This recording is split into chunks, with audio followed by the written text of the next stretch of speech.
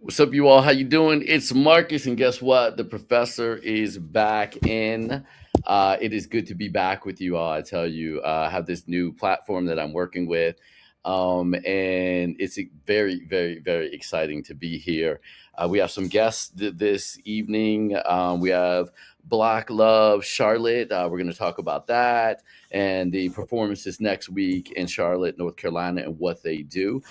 We also have Denora um, and Carlos from Event Masters, who are going to be with us. I guess that's a Charlotte as well. So right, that's the Thursday night, and then next week I am in High Point on Saturday. So we're getting that done too. So then we also have a couple of guests that we're going to talk about with Giving Tuesday for an event that I'm doing tomorrow night for Access Housing.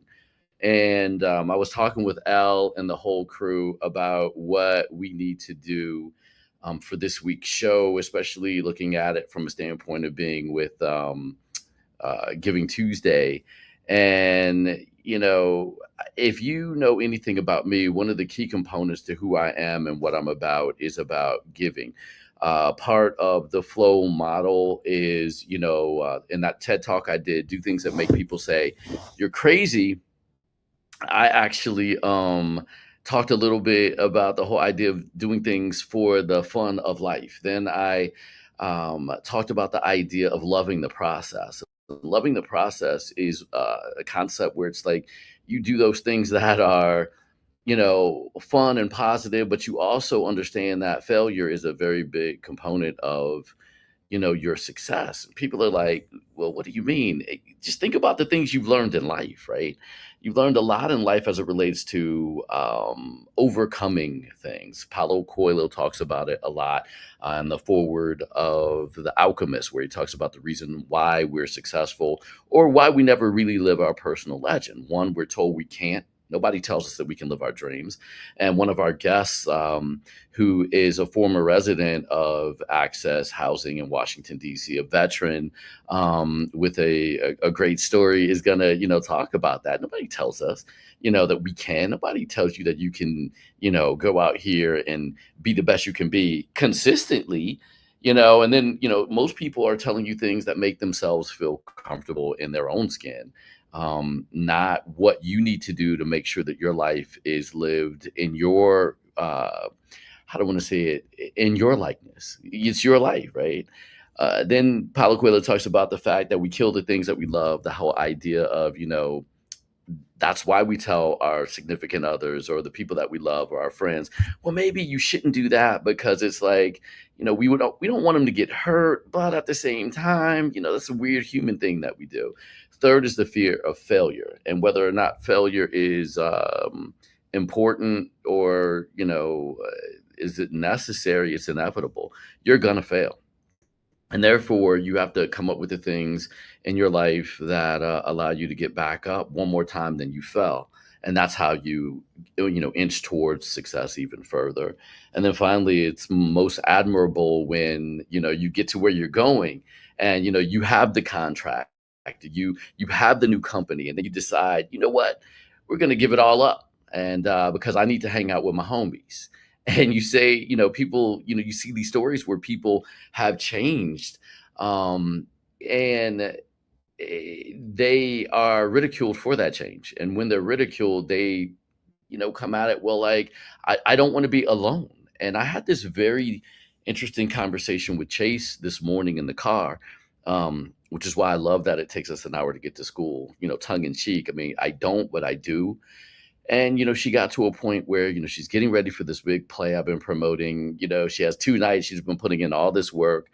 And she's like, Dad, I kind of feel lonely. I wonder sometimes if the people that I thought were my friends. And there's some things that have occurred, throughout the years and everything else like that. And so, you know, I had to say, like, Chase, the really interesting thing about life is that you cannot be distinguished. You can't win the role of Cinderella, not win, earn the role of Cinderella in your school play, where there are very few people who look like you. and be distinguished in your grades and be distinguished in the other things that you do and be with the pack.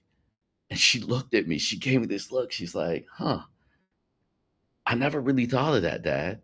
You can't be special out here, right? And then be the same. You can't be special and ordinary at the same time, you all. You do understand that, right? And I think some of us, we wanna like, I wanna be great. I wanna go out and be the greatest, but yet and still you wanna hang with people that aren't great. That doesn't work. And so I had to kind of morph it into this conversation that we had up until like midnight last night on these equations that she was doing in algebra, right? Right? So I'm like, Chase, it's just like life. If you are the first part of the equation and you're positive, I said, what do you need in order to make sure that it stays positive on the other side of the equal signs?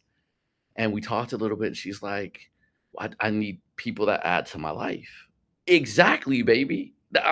Yes, I'm doing something right. You're thinking. That's really what math is about. Are you thinking about in your life what you do every day, the hard work that you put in order to be who you are, just to get somewhere and be like, but I want to be ordinary.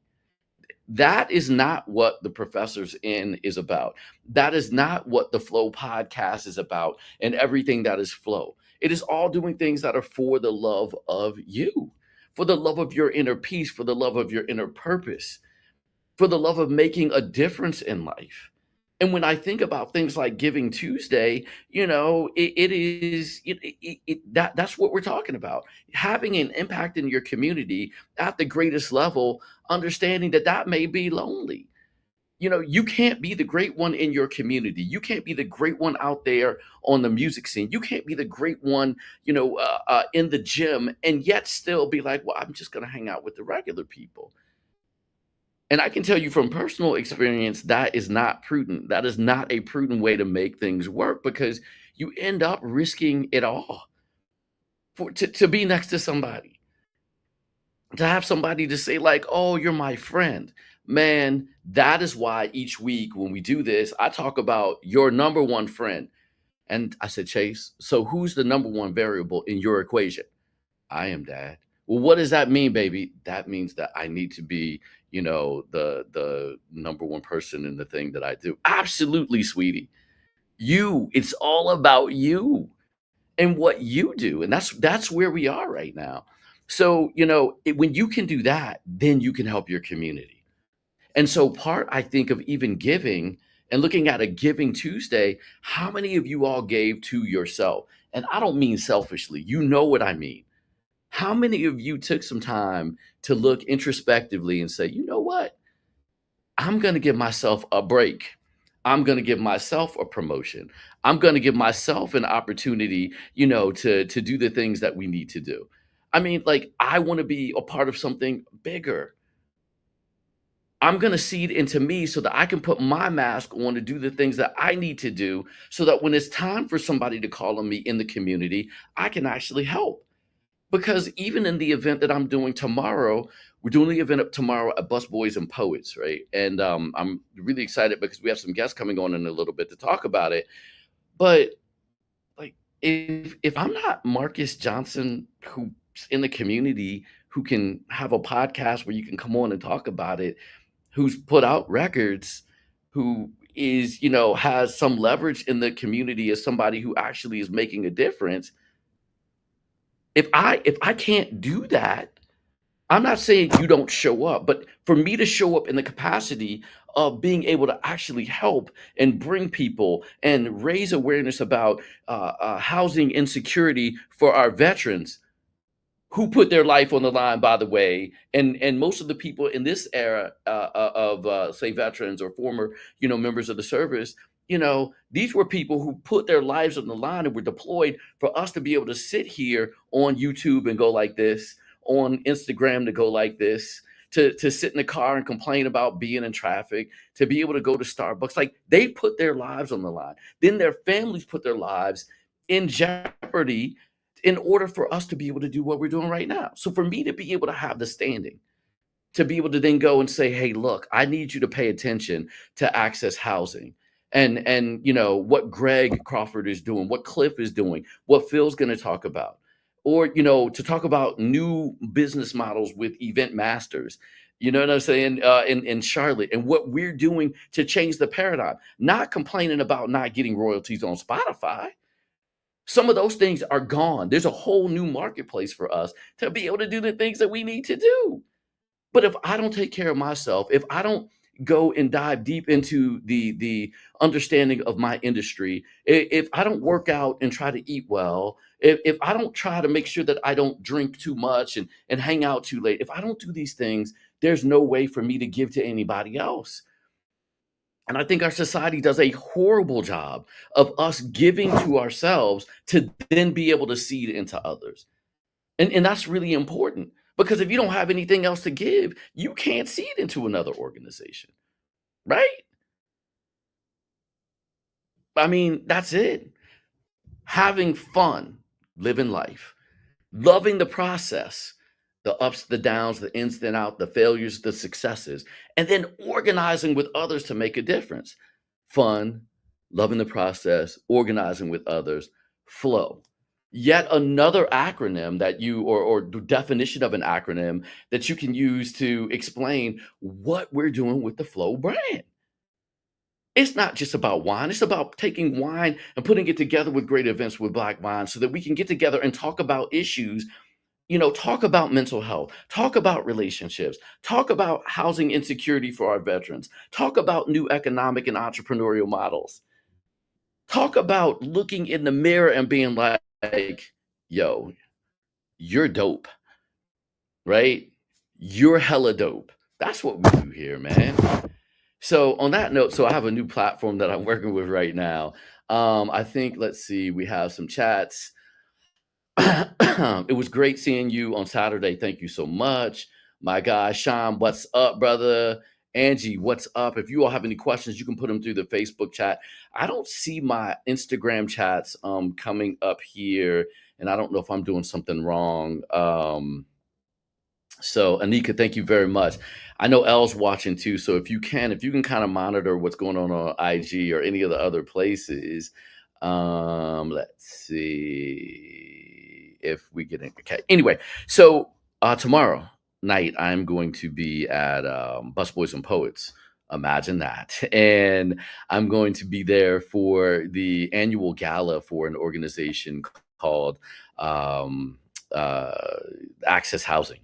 And Access Housing has been around for a while. I think it's one of the oldest organizations in Washington, D.C., definitely as it relates to providing support and um, guidance for displaced veterans, as well as I found out in my interview. I forget, we were having a meeting at Busboys and Poets, and the fact that they were doing and have been doing education and professional workforce development as well in their building, and what that does and how that has led to some success stories. I really love welfare to work stories. I love the underdog, and anybody that may need that. So without further ado, I am going to see if I can add. Let's see, we have Cliff.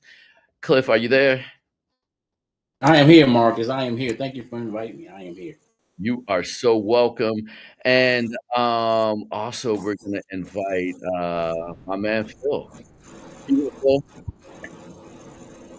Mhm. Hey, how you doing? Good, good, good. I was like, wait a minute, do we have hey man, trust me, I'm on pins and needles right now because I'm doing this whole new thing. Um, Cliff, tell us about Access Housing and what you've been doing and the goal of tomorrow and The beyond. goal of yes. So I mean, I want to thank you, Marcus, for being a advocate of access housing, putting your celebrity behind our nonprofit and what we do. You can pretty much put your name behind any nonprofit or any entity that you want to, and you chose to do that with access housing. So I want to start off by saying thank you. I Of appreciate course. that. We appreciate that, and truly appreciate your partnership. So Access Housing is the oldest transitional and permanent housing program in Washington D.C. We provide housing, transitional and permanent housing for veterans Veterans at risk. Veterans have to go through the VA, be determined eligible. They're homeless on the street, and they are enrolled into our program. We provide case management services, workforce services. We provide suicide prevention. We provide outreach. We provide different services for the veterans. So when they come here, they get a case manager. They assign a case manager, and we provide service to them. We're the only program in Washington, D.C. that has a CBOC, which is a community based health clinic, attached to our facility, which means any veteran that needs any medical care could come right downstairs, go right in the back, talk to the doctor. We have a full time doctor on the staff, two nurses, an entire medical team on staff to take care of the veterans' needs. So we're really a one stop shop. Our veterans come in off the street, we get them immediately housed, we provide them with a bed. They have 3 meals a day. They all are catered. They are connected to our case management department, and we start the service program. The average length of stay is usually around 90 days, but it really depends on the veteran and their needs. You have veterans who have experienced homelessness for long periods of time, which means they need more intense case management services. So they may need a longer stay. So what we do is we talk to the VA, we petition the VA to request an extension. And as long as that veteran is participating in case management services and doing what they need to do, we can keep them in the program. But we really are we're we're a lifeguard. We are a Mm, lifeguard, and we really are a life support for our veteran community that falls on hard times. And we all fall on hard times at different points in life. But this agency has been around for 40 years doing this work for veterans. And we have so many success stories here at the program and in the community, where veterans have come back, like Phil. We have Russell. We have a number of it. Billy Blackwell, who's on our board of directors, but a ton of veterans who say that if it wasn't for access housing, I would not still be alive. I had wow. nowhere else to go, nowhere to go, nowhere to sleep, and no veteran that has fought to defend Hmm. the United States of America should come back home and find themselves living on the very streets that they fought to protect. None. I mean, So, like, absolutely. I mean, and Phil, can you tell us a little bit about your story? Sure. I went through Access Housing Program. I went in there when I sold my house over on 19th Street and started. I had started a program for Homeland Security, and Access Housing afforded me to be able to complete the Homeland Security Specialist Program, and I went straight through my doctoral. Okay. So Wow. uh, it's a hand, and if you treat it like a hand, and the veterans take and use the program to elevate themselves. And a lot of times it takes the counselor motivating some individuals, but once they work the program, like programs within the program, such as the Alcoholic Anonymous or Narcotics Anonymous, because a lot Okay. of veterans come back traumatized with PTSD and such, and they're trying to cope with all of the tragedies that they've seen, as well as life stressors, life stressors that will bring the best of us down.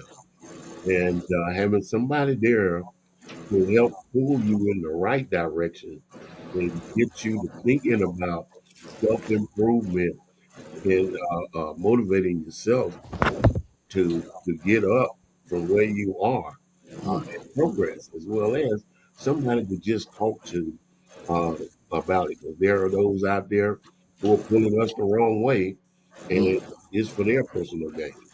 And we need Wow. that brother there to pull you back and say, "Hey, that's taking you down the wrong road," and yeah, you need to do that. In access housing, you got camaraderie that you had in the military with some of your people, some brothers that are trying to help you, as well as programs to help you get rid of the abuse. You got the medical attention. If you've already gone too far, you in your addiction, you got the medical staff there to push you through a program to get you out of that. And and a lot of them is just not knowing what programs are available. And word of mouth, Yeah. one veteran who did it can help you to do that. So how did you actually find out about access housing? I was talking to Mr. Elmore. I think one of the guys over at Central Michigan told me about access housing. Then I contacted Mr. Elmore, who was the coordinator at that time, and got in there. Got into the program and just stayed with it until I went through it. You know, Yeah, Yeah. I just want to absolutely. add to that, Marcus, the point that you made when you opened up your podcast was spot on. And let me just kind of give some details around that. I mean, the veterans, when you're in homelessness, usually you're in homelessness by yourself, you're on the street. Hmm. And then you come into a transitional housing program and you have different types of individuals around you. You have people that really want to move forward, that want to identify permanent housing and move in that direction. You have people who are still caught up in whatever vices they're caught up in. So you have those different pockets of different pools of individuals. So it really depends on you and where you are and who you gravitate toward. You gravitate toward people who want to get out, who are positive, who want to work, who want to get their VA benefits, who want to get their VA medical insurance, who want to identify, find a job, who want to get an apartment or a house, who want to buy a car, want to save money, want to get their credit right. You gravitate toward them because you're trying to move in a positive direction. And then there Hmm. are other people who are not doing the right thing, right? And those people, we work with them through case management services. But at the end of the day, it's the individual responsibility to take control. We can lead you there, but you have to take control and say, I want this for myself. And help your case manager to create your case management plan. The case manager doesn't do that, the veteran does that. And it really depends on the Absolutely. veterans and where they're at. And a lot of veterans, like Phil, decided that I want change. Yeah. And if you want change, if you want things to be different, you have to do different things. You can't Yeah. move toward change. You can't move toward change and do the same thing that you were doing before. You can't, because you're going to get the Yeah. same outcome. You can't. You got to do something different to get a different outcome, right? So Phil and a lot of veterans want a different outcome, and they move in that direction. That's when the case management services and all of the services that we provide come into play. We start to work with them, and each veteran sometimes have a different time. Some veterans, it's not their time. May Yeah. not be now. It may not be 2 months from now. May not be 3 months from now. May not be a year from now. Just like a folks experiencing drugs and alcohol. They may Yeah. be ready next year. But when they are ready, Access Housing is here. That's what I love about Access Housing. Access Housing has been around for 40 years doing this work, day in and day out. We're really not known. We're a small nonprofit here in Washington, D.C., but we've been doing this work year after year, consistently, every Yeah. day, helping veterans. And Phil's story is really a story that we really want to highlight because Phil is one of those veterans who took control and say, I want change. Now he's a federal employee. He's been there for a number of years. He's doing great, has his own apartment, built his credit, doing wonderful. And he's one of the veterans that we love to highlight because he took control of his life and took control of his dreams. That's what we hear. We here in the business really provide hope, but it's up to the veteran to say, "I need it. Can you help me?" And we help them move in that direction. So let's talk about tomorrow. What's going down? Tomorrow is our second annual gala, and I'm so excited because the gala is growing in the direction that it should be growing in.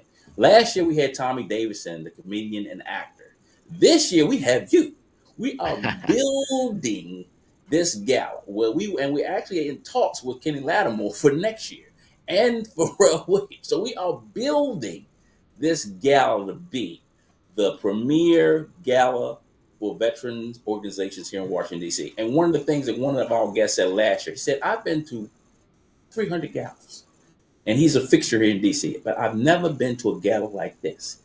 Hmm. You guys are actually, you have something, And what we're trying to do is bring in celebrity and get the celebrity to back what we're doing and create a gala where we can really get some momentum behind social media, behind marketing, behind just being able to brand what we do and really bring in some funds to support what we're doing. Because at the end of the day, that's what it boils down to, right? No business runs without money. I mean, if Yeah. anybody tell you otherwise, they're lying. You need funds, whether you're for profit or non-profit. Well, You need let's funds. talk about that a little bit, right? So, Yes. I'm on mini boards, and I tease my sister, or my sister teases me, where we're like, "Yo, look, we need to, we need you need to be on boards that actually pay you versus the boards where you actually go out and raise money." You know what I'm saying? Yeah, And right. so, it is, it's one of those things where it's a business, though, man. You Yeah, still have to go out and raise that's money. correct. That's correct. Anytime you have to keep lights on, you That's have correct. a profit and loss statement. That's correct. When you have a balance sheet. I You mean, know, I correct. sit in board That's meetings with correct. Duke Ellington School of the Performing Arts, That's right? correct. That's And correct. and then the board members have a fiduciary responsibility. Responsibility to help. We're, Right. we're responsible to the members and to the people who are benefiting from the Yeah. organization, and we're not getting paid. Yet it's still an organization that has to, be able to fund its initiatives, right? Mm-hmm. Mm-hmm. So that is nonprofit means tax free, right? It means a tax exempt, let's call it, organization.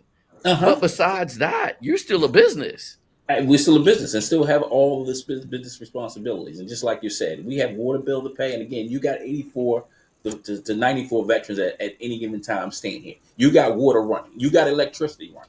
You got, like you said, we got to provide care for our external part of the Okay. building. And of course, You lost the audio. if the building has been around for 40 years, then you know for sure that the building has some structural issues, right? 40 years, piping, plumbing, Yeah. roofing, Yep. all that stuff. So we are in the process of renovating both buildings. We're actually almost finished the building over 840, but we are working on funds to start the Mhm. renovation project in 820. Now, this is the dilemma. We can't close down all the way because if we close down, then we have no veterans to support our business because we need veterans in the bed in order to get paid from the VA. So what we have to Absolutely. do is move veterans from one building to the other.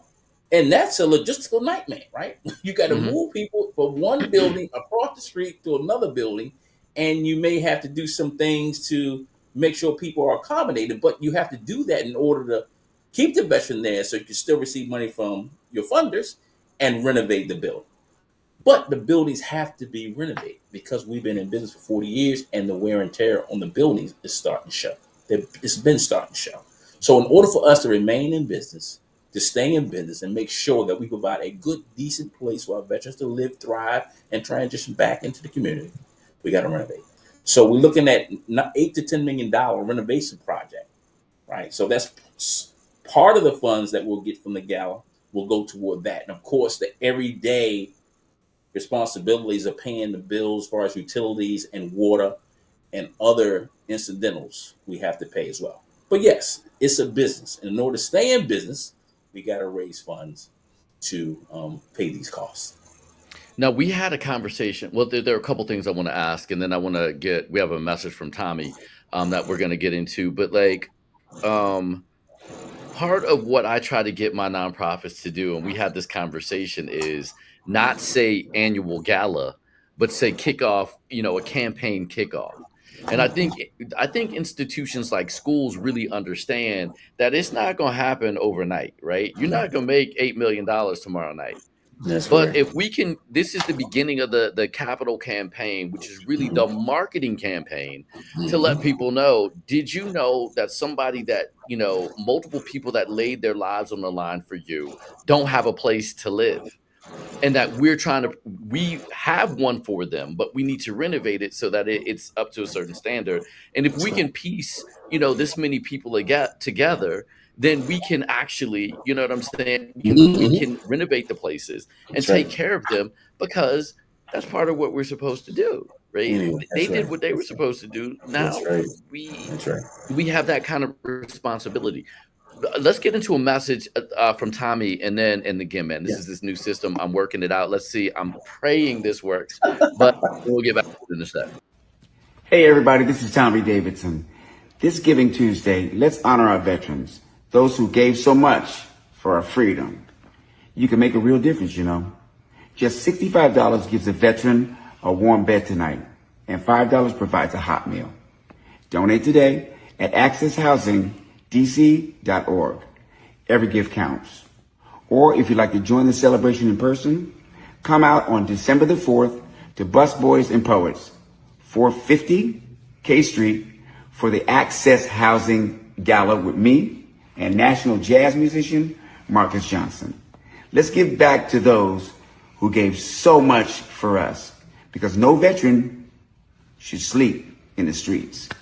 Access Housing, helping veterans one bed and one meal at a time. We'll see you there. So I hope you heard that. Oh yeah. Yeah. Okay. Loud and clear. Loud and Okay, clear. man. If you saw all the things, you only see this POV of me right now, right? I have a screen here, I have two over here, and I'm trying to get around. So I'm like, but I'm making it happen. You know what I That's mean? right. We just That's heard from right. Tommy Davidson, and he wasn't reading while he was talking. What are you talking about?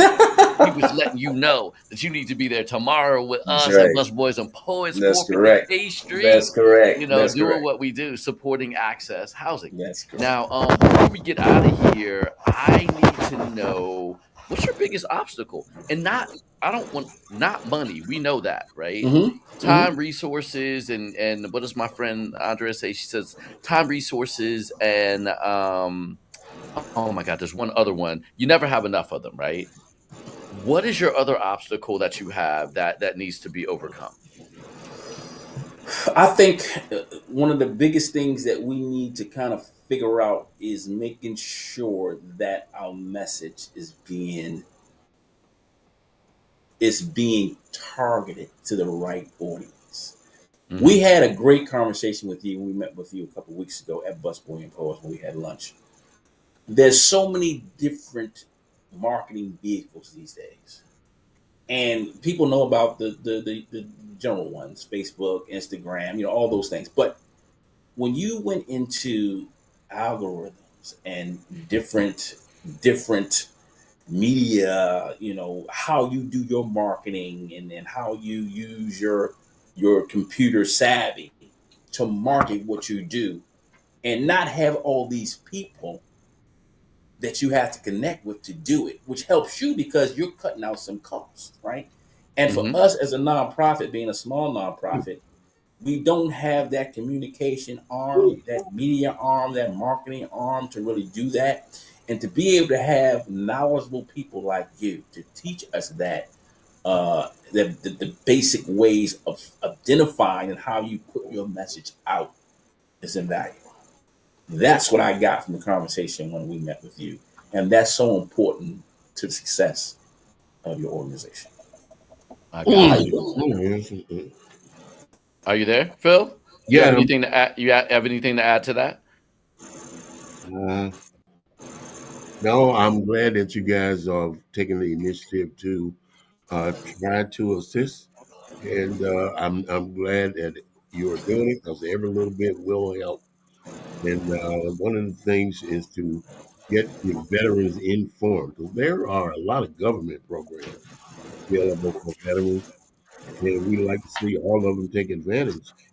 And, in order to get the veterans through the program, nobody said I didn't hear it, but I know that you did. They had a stipend program where they gave funding for the work that veterans do to encourage them to stick in the program.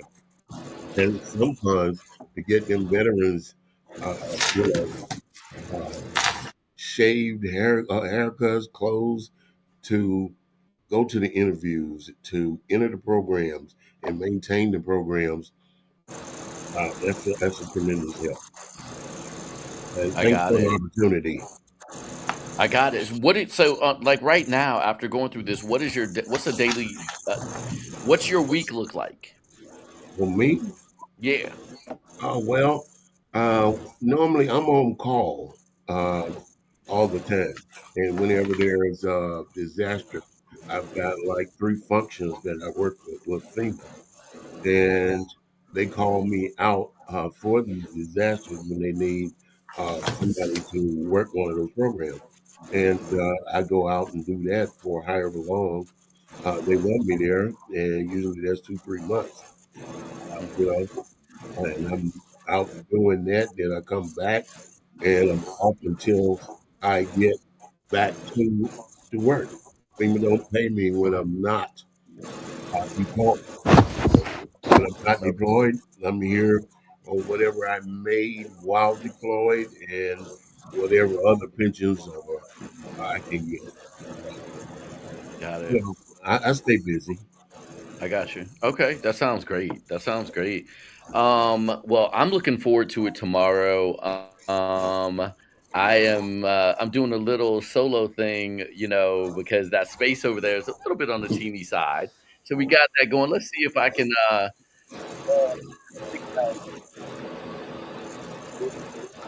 We lost your audio. We lost your audio, Marcus. We can't uh-oh. hear you. There you go. You Now we back. can. Yeah, there we can.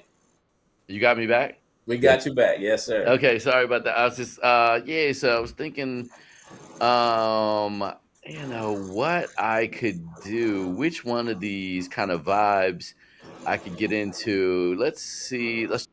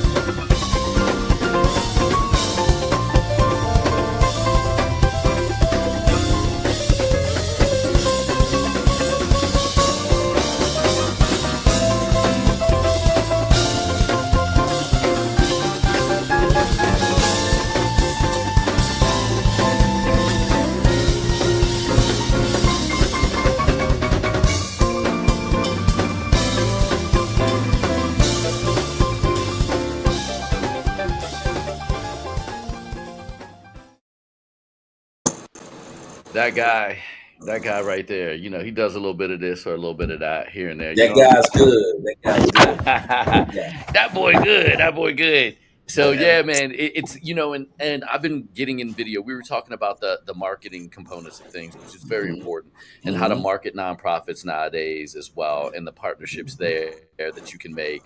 But also the ability to take control of your own destiny, and that is something that we haven't been able to do before the past 5 10 years, or we'll call it 5 years, really, with the algorithm and making sure that you can use machine learning and following the funnel to the people that really want to help you. And Mm-hmm. it's really you're playing.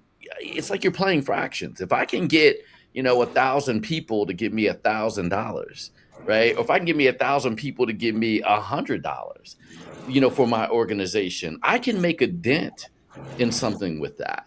Mm-hmm. And but we've never been able to identify those people before. So it's amazing to be able to do that. Tomorrow night, the event is at Bus Boys and Poets, Yes. and at 450 K Street. It is the Access Housing annual Gala Kick-off. I want us to start saying that because this is the beginning. This is the commencement of the campaign. This is not the end. And really creating awareness around what you're doing with Access Housing, providing support for displaced veterans and veterans who are facing housing insecurity. And you need to renovate your places so that you don't we don't have a news report about, well, it looked this way and it looked this way. Well, look, we're working hard to renovate. We're working hard to let the community know what we're doing. And Yes. we have some great people that are going to be there. It's a great networking event as well, because the Yes. people who are on your board and who I know are invited are the who's who of Washington, D.C. Yeah. So I Yeah. appreciate you.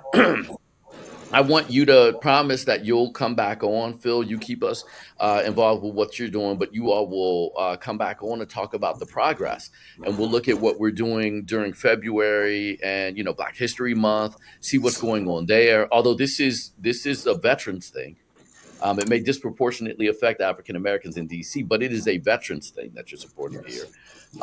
But we can, get another stab at it there, and then continue on until you get your $8 to $10 million, man. And I'm committed. Shout out to my man Steve at Ghost Note. I'm connecting you guys for some social media stuff. Neil with Neolytics as well, and so we'll see what we can do with all of that to make sure that we combat housing insecurity for the people who put their friggin' lives on the line for us, man. Mhm. Come on, Exceptional. dude. Exceptional. Thank you, Mark. And again, I just can't thank you enough for your support, for your helping us to plan, strategically, just being a part of our mission and being open to supporting our cause. Thank you, Mark, so much. We love you, brother, and thank you for allowing me to be a part of it. It's like um, it's what you're doing that it allows me to just jump in, and I look forward to doing more as the podcast, as the platform continues to grow, as we do more things, for Flow. And part of the professors in is educating people on what they can do. And it's not just about making money, man. That's If correct. you That's can't be correct. a part of your community in some way, now again, you may be a standout in your community, but you still have a community That's right. with which you can engage to make a difference. That's And correct. the That's funny thing correct. is, I find that when you take care of good people take care of you. And That's correct. so I'm looking forward to seeing what else is coming up. Wow. Well, we're looking forward to it too. Thank you again for helping us promote this, Marcus. And like you said, we're so excited about this partnership and looking forward to its growth and us moving in that Look, direction to make sure that we provide services for the next 400 years for veterans in the DMV. man, look, you got it. And as always, I always say, I love you, I love you, I love you, and always do your flow. I will see you tomorrow night. I will be there with bells and whistles on. I can't wait. I'm gonna have a lot of fun. And the food is always great at Bus Boys and Poets, but the people are great and the cause is absolutely amazing. Thank you so much, Thank you, Phil. sir. And Phil Love. I mean, Okay, that's bro. that's the name right there. It goes without saying. And my man Cliff, thank you so much. Give Greg my best. I'll see you Yes, guys sir. tomorrow. I love you. I love you. I love See you. you And tomorrow. always do your flow. Thank you, sir. All right, brother. Take care. See you tomorrow. Bye bye.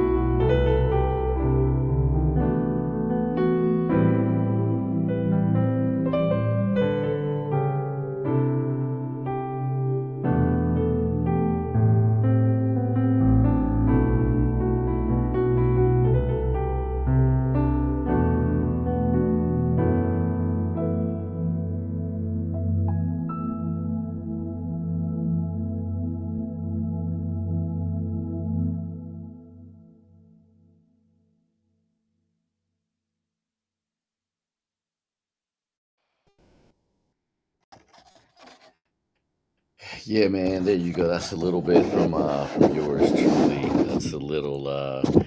I was inspired. Had some inspiration one night, and big smile on my face to put that one down. And I heard like different versions on IG of somebody singing it, and I was like, I have to learn that. And I went downstairs, or came down here to the studio and got it in. And it's amazing how people can give to you and how you can give to other people in different ways. I mean, there's the whole idea that we're dealing in generosity in Giving Tuesday, and we'll say Giving Tuesday and beyond, because it's kind of imperative that we support all the way around in any way that we can, right? The money aspect is one thing with generosity, but generosity with your time is very important. Your treasure is very important. You don't know what your presence is and what it means to whomever you're with or around at any given time. And I think we a lot of times discount like that. I think people, we're out here, we want to, you know, if I'm not giving, and if my name's not on it this way, and if they're not fireworks, and the lights aren't going off, then I'm not making a difference. And it's like, that's not it. Like, if you invite me over to chill, hang out with friends, whatever, whatever, like, I don't need you to do the bells and whistles. I'm happy to be in your presence. And I pray that me coming over or hanging out or being at a venue or showing up at your crib, I hope you understand I don't need fireworks all the time. Sometimes the generosity is just in compassion and consideration. I just need a hug, and I don't even need a physical hug. I need a mental hug. I need to walk in the door and know that I am absolutely welcome. Man, that's a flow for you. That's Giving Tuesday. That can be given every night, every morning. It doesn't have you don't have to have fireworks. It doesn't have to explode every single time on the things that you do. It doesn't have to be that way, man. And so, when I look at, giving, it's not about a dollar amount. The most important thing that you can actually give is your love, your compassion, your consideration. Think about the times that you've actually, or someone has actually given you help on something that was like invaluable. You couldn't put a value on that. That's what we're talking about here, man. That is the generosity. People are like, "Oh, well, it's my nonprofit," and yeah, that's great.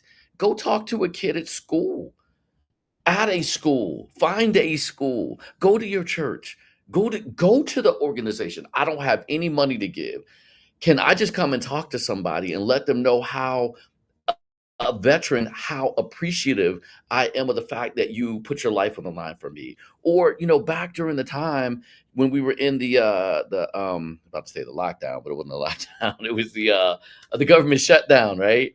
I had a woman come to me from Busboys and Poets, and she's like, Marcus, look, I just have to let you know I'm here because you're the only person that I know that gave a discount for for government workers. I'm here. I appreciate that. Do you know that you're one of the only ones? I don't go and measure myself by that type of stuff. And does it help me or hurt me? I mean, it's revenue one way or the other. But for people who are putting like helping the government in our democracy role every day, for me to be able to do something like that, what does that cost? we- it's not always on like the balance sheet of this is my profit and loss. What about your figurative balance sheet? What about like the equation that I was talking to Chase about? Those couple of minutes that you have where it's like, yo, look, I need you know, like dad, I need you to help me with this math homework. What is that?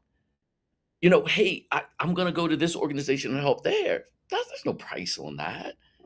And so when we're talking about generosity and giving, I want you to look at, like, it doesn't have to have a number in black in an Excel spreadsheet or some spreadsheet to say that you did this way. And this is a dollar amount that you gave. When we're talking about generosity, it's in the context of flow. We're talking about, man, just seeding energy into someone else, seeding energy into the mirror that allows you to seed into someone else so that we make this place better, because it can't get better when you're not getting better.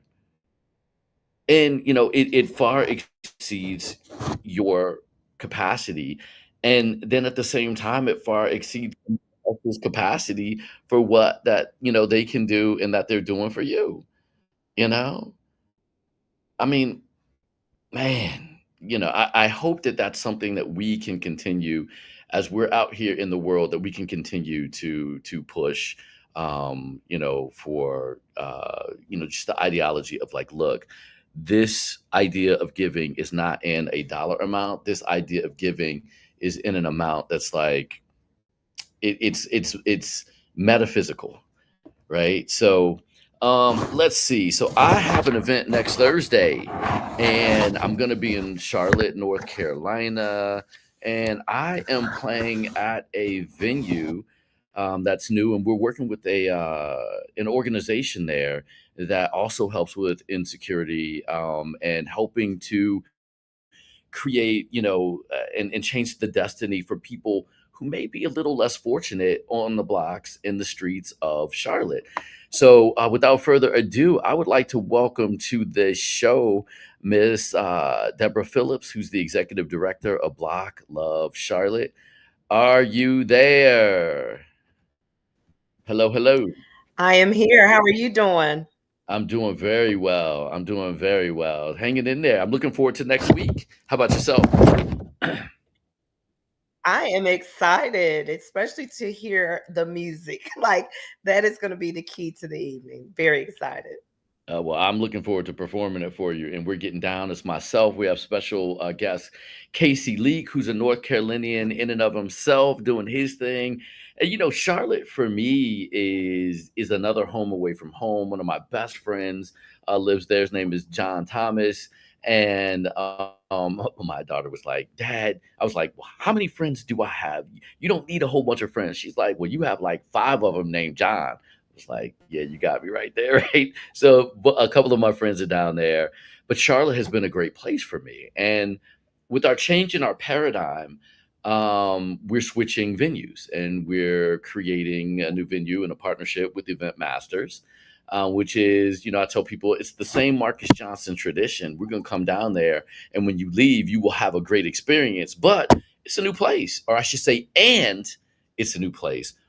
But then on top of that, LJ, my business partner, came up and was like, "Look, there's an organization. You always talk about, we're in Giving Tuesday and Giving Tuesday week and month, whatever, giving in the flow." And he's talking about Black Love. And I thought it was Black Love when he was saying it over the phone. He's like, "Nah, Shadi, it is Black Love." And then I got into some research. Can you tell us a little bit about Black Love, Charlotte? Yes, it is Block, BLOCK, and we serve every single day in the houseless and homeless community. A lot of people are like, how do you make that happen? Anywhere from our street outreach, providing tents, tarps, and sleeping bags, to we have a one-of-a-kind day service center here in Charlotte where our neighbors, we call them our neighbors, are able to Mhm. come in and get services as well as resources, anywhere from housing, navigation, to mental health and wellness checkups. We even offer them a place to receive mail, so they can Mm. use our location as an address. We provide 3 meals a day when we are open. We also have a food pantry, a clothing closet, and we host numerous events throughout the year for anybody in the community. And we just always say this: you don't have to be homeless, you just got to be hungry, and come on down to Block Love Charlotte. I love that. So, what can people do to support your mission? The biggest thing right now is give. Whatever that may be, we ask people to give of their time, their talents, and their treasure. Your time, you can volunteer, and you just shoot us an email at team@blockloveclt.org. If you want to donate your talent, we have people that are nurses that volunteer their time and they help us with blood pressure checks.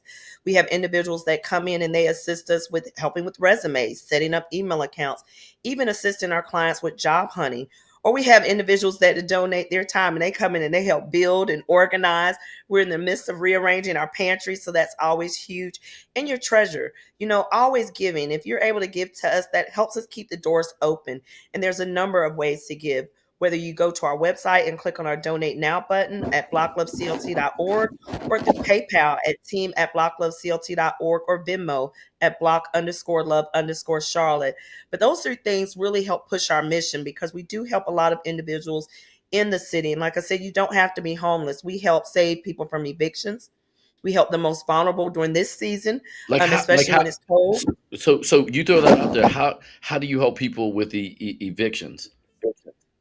So we try our best to do prevention first, to see if we can get them connected to resources, whether that's paying whatever needs to be paid. If we have it, which is why we need the treasures, we're able to assist them. But we get them connected to people like legal aid and legal advocacy, because a lot of times people feel like they're forced or backed into a corner. And we want to save people from evictions, because evictions do not fall off of your record. It's not like credit, it's still on there after 7 years. And that is something that is in North Carolina. And until we can continue to advocate and get that law change, we got to make sure that we're preventing people from getting a ding on their history as far as eviction, because that is one of the reasons why our numbers are going up, especially since COVID. And especially in this time, I mean, it seems to me like you could possibly, even for the lawyers, my fellow lawyers that are out there, and I know Georgetown University has a poverty law clinic. Maybe there's a way to connect with them as well, to come up with some level of state advocacy in the legislature to see what we may be able to do to effectuate some change there. Because, like, now, I mean, you talk about credit. Look, credits are on. I mean, foreclosures, defaults are all on the rise. They're at the highest levels they've been in a long time. So people calling you saying like it's going to affect your credit, you look at the phone and you like, are you really telling me this? Like, I don't know. You know what I mean? I think with that, we have to come up with a different kind of paradigm. We have normalized the calls 90 times a day. Now it's time for us to, maybe as it relates to effectuating change and giving lawyers, friends out there, figure out a way that we might be able to change the laws in North Carolina. Are you working with any groups right now to do that?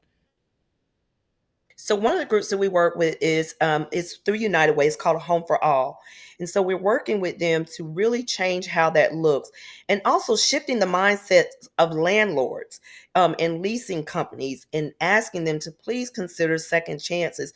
So we're seeing a little shift, not a lot, but a little shift in that, where we are seeing some of the newer housing communities that are being built that are coming in and allowing people that second chance that may have that eviction. Um, do they consider it a credit risk? Yes. So there may be that higher security deposit. So then we're running into that. So advocacy is key. If we can get those individuals on board to help us advocate, we're always looking for it. And we also work with Action NC, which it's a number of individuals, including some attorneys, that help advocate for us as well. And they're that voice when we can't be in certain rooms. They're there for us, especially when it comes to going to the Capitol. Got it. So are you going to have a presence at the event on Thursday? I mean, yeah, next Thursday. Most definitely. Okay. Looking forward to seeing you. Like I said, looking forward to some good music and a break. So I'm definitely going to be there. Absolutely. I mean, well, the music's going to be on point. You mentioned a spot that you have. Is that the one that's on North Graham Street?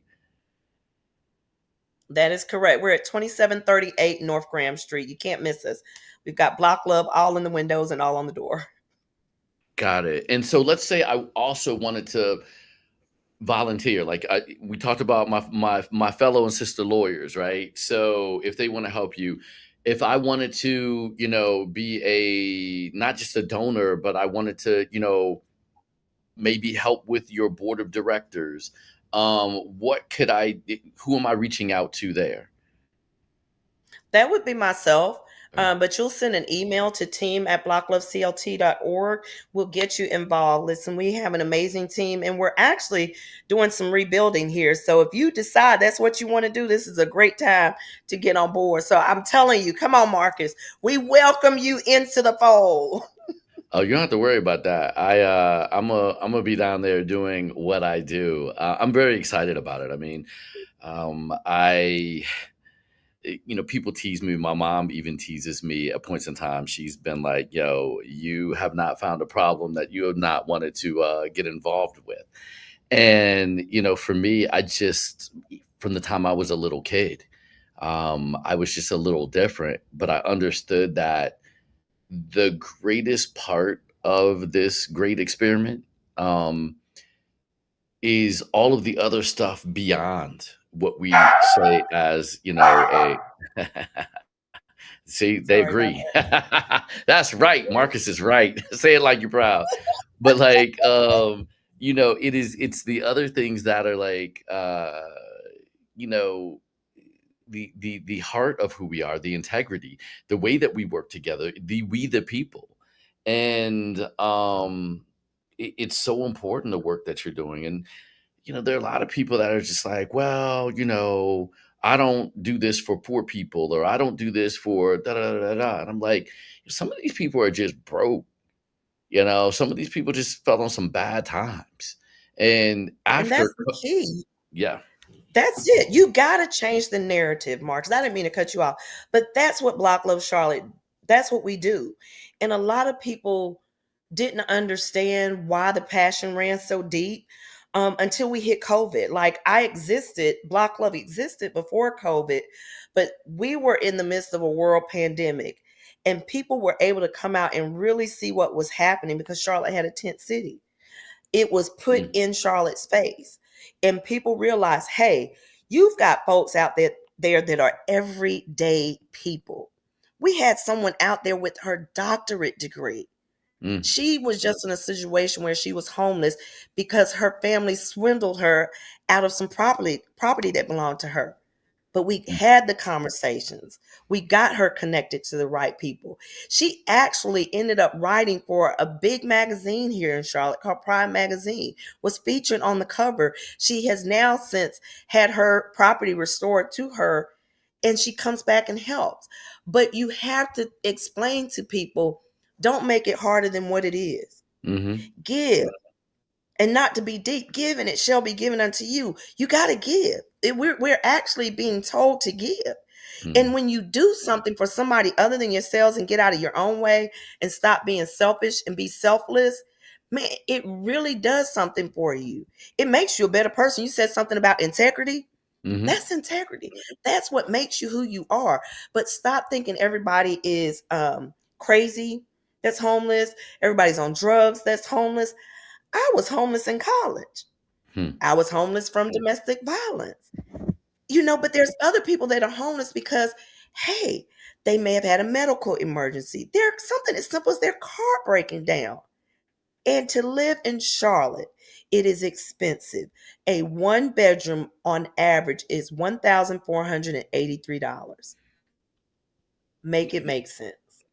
Hold on. So let's put that in context of Washington, D.C., where a one bedroom is probably Woo! close to $2,100, if not a little bit more than that, right?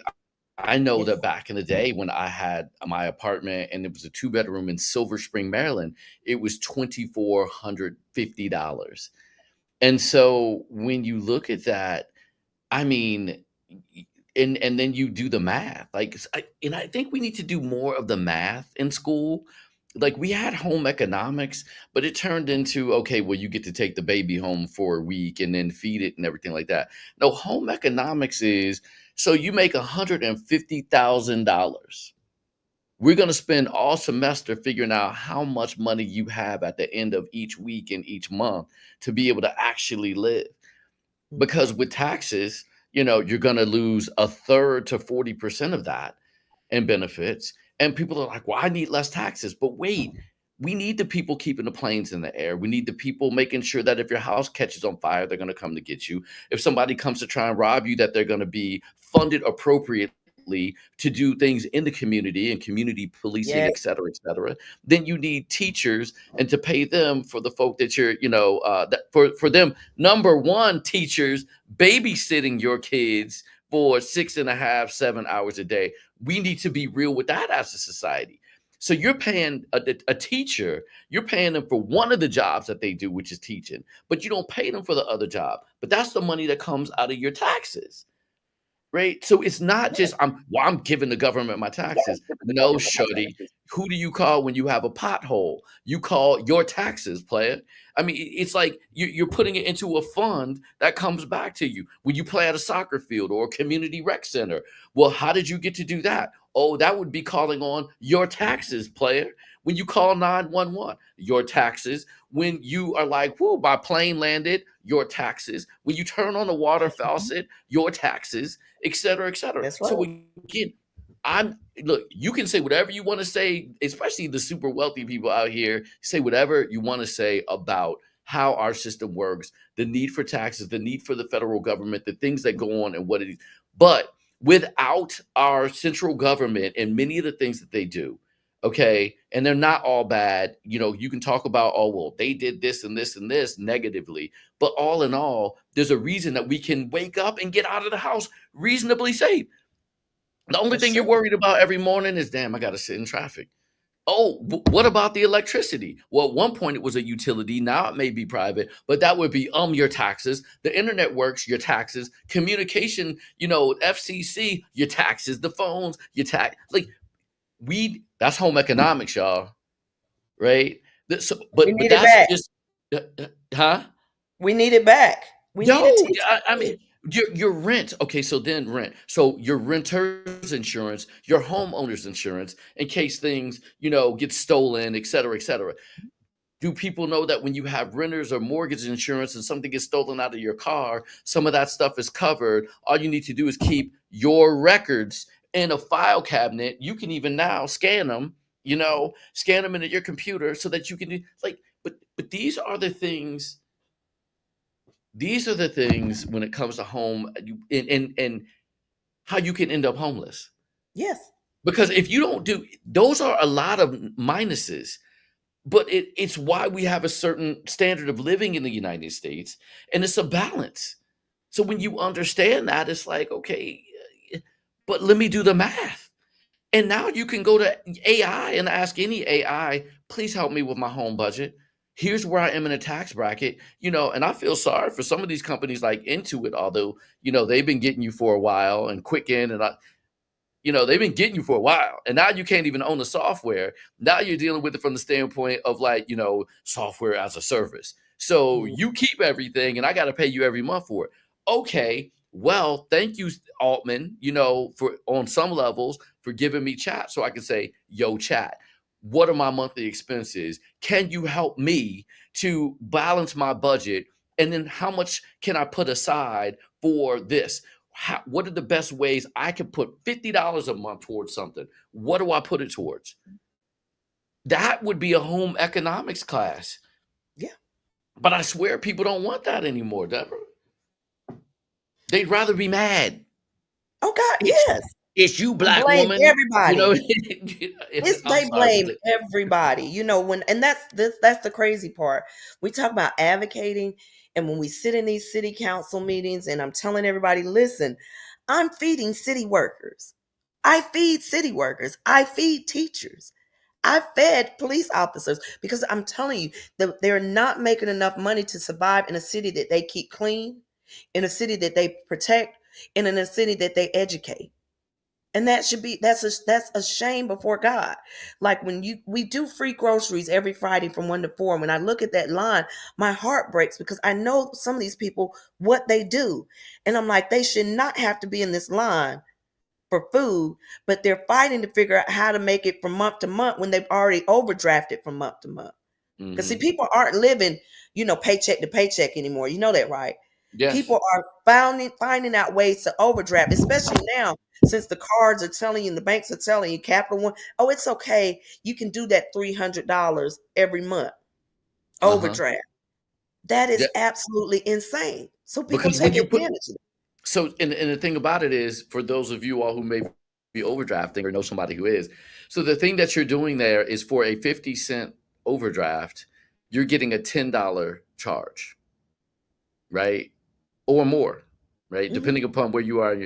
That is that is larceny. Yeah. But that's the way it goes, right? Yeah. And sometimes, oh well, we'll pay this here, and we're not going to charge you for this until they charge you. So then, for a $5 charge, you end up with a $15 charge. What? That's a 300% charge for overdrafting $5. But if you don't know that, then you're caught. And so the financial literacy piece is so important, but just the compassion piece. And then why aren't we talking about this in our schools? We I'll do you used one to. better. Oh no. So we're talking about now. Oh, you say in schools, the majority of those that we serve um, are without a GED or high school diploma. Hmm. A lot of them have dropped out. Those are the ones that are definitely homeless and among those that are chronic. But they don't utilize banks because they've overdrafted so much. You have people in the working world every single day no longer using banks. They are using what are called these check cashing companies, or we have one here in Charlotte, PLS. It's really huge. Everybody uses it. But they don't realize they cash your check, put it on a card. Every time you swipe that card, it's $1. Mm-hmm. Every single you buy gum, it's $1.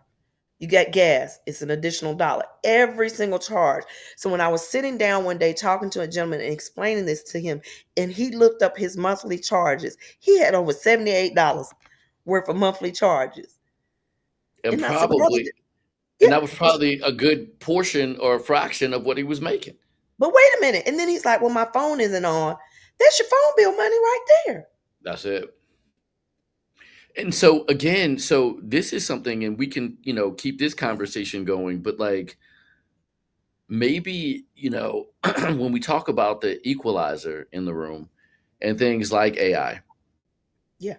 where you might not be able to go in and get a certain amount of advice from, excuse me, a particular bank. But if you ask AI the right questions, it can also give you those same answers. Yeah. So I went on one day and I was like, look, I want to invest some money. Is there a card or a service that I can use that allows me to, instead of rounding up to St. Jude, no offense, they do what they do, and I love the work that they do. Can I round up to Marcus? And can I round up to Marcus's fund account that goes into an IRA that at 50 cents a time or 75 cents a time, that actually then goes into a fund that can actually, grow my wealth. And it was like, of course you can. There's a company called Chime, and you can do an investment, you can do weekly investments, or you can do what's called the roundup.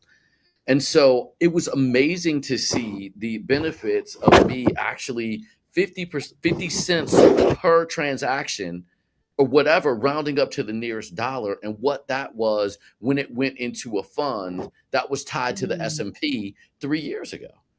Wow. And we can do that now, because that used to be that used to be the conversations reserved for like Valentine. And you know Mm-hmm. what I mean when I say that? That's like Potomac in DC. You know what I'm saying? Those are Valentine conversations. You know what I mean? Those are Beverly Hills. That's Buckhead conversation right there. But now, if you have the will and the gall to say, I need to do this for myself, and I can, hey, Gemini, what can we do here? It could be the hey Google, hey Perplexity, hey Chat, all these different AIs that allow you to actually ask the questions that are needed for you to then be able to look. I'm gonna take a hit. Like I fly airplanes, right? So it's gonna be bumpy, right? Mm. I may be homeless for a little bit, but Yeah. if I'm making blank thousands of dollars or blank hundreds of dollars every 2 weeks, how can I get out of this? What are some ways out of this? And you can Mm. say, and please act as if you're a Goldman Sachs, consultant to me in the way that I can manage my money. And those things, they do it. That's This right. is these we're in a world right now. And this is why I think the other side, or the people who have everything, are going crazy, because they recognize that this is an opportunity for the people who are on streets or in the community to, and not super wealthy, to actually say, like, yeah, I dropped out of school, but if I ask chat to teach me calculus and start me as if I was a 6-year old, it can do it. It can do it. Yo, can you teach me the principles of weight, lift, drag, and thrust of an airplane? It can do it. And then if you don't understand it, you can say, well, can you teach it to me as a third grader or as a 5-year old? Okay, we can go there. And people are like, well, Marcus, who does that? Me. Yeah, if I'm trading, when I didn't understand what liquidity was, I was like, yo, look, can you help me with liquidity? But please explain it to me as if I was a 5-year old. Why? Because I didn't understand it, but I knew my 5-year old self would. You know what I mean? And that's the I treat it compassion. like the books for dummies. You remember those yellow books and Yes. everything for dummies. So that's what I do with my chat and my AI. I treat everything like that, and I have it break it down for me because I'm like, okay, dumb it down for me just a little bit, make it like that yellow book, and it does it. Yo, and that is like, I think honestly, this is part of our key of what we're doing with Black Love, with Flo and Marcus Johnson, and getting into these communities and saying, like, okay, I talk from the stage every time I play. And I do that because Marcus isn't just a jazz piano player. I'm a guy who's like, it's music with a message. I have a platform. So if I'm using my platform and getting out there, man, I know 1,000 piano players where I look and I'm like, well, I'm not getting on the piano after him or her. You know what I mean? But I can be me. And then the thing that I can do that I bring to the table is an understanding of, here's my platform. And anything I can do, you can do better.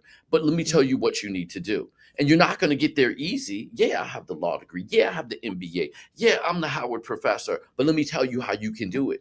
If you believe in you, and now you have these things that can actually push you down the line, this is how we make a difference.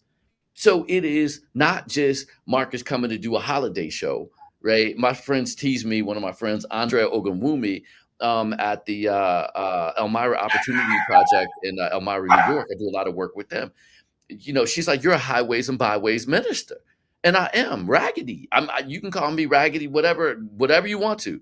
I may do it raggedily, but I don't even know if that's a word. And if Marcus is raggedy, I'm cool with that. But it is making a difference, one sip sound note, word at a time, because that's what this is all about, man. And we all can make it. And by the way, not everybody wants to live in Valentine. Not everybody wants to live in Buckhead. Not everybody wants to be in Potomac. You may cherish your Potomac house, and want to hold it like this, and I don't want anybody over here and in my place, and etc. What if we don't want to be there? What if all we want is to be able to do the things that we want to do, which is exclusive of you, Shawty? Do you? I'm cool with me.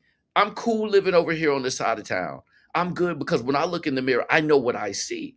And I think that that is, a key component to what we're doing and the foundation of what we're doing to support Black Love on Thursday.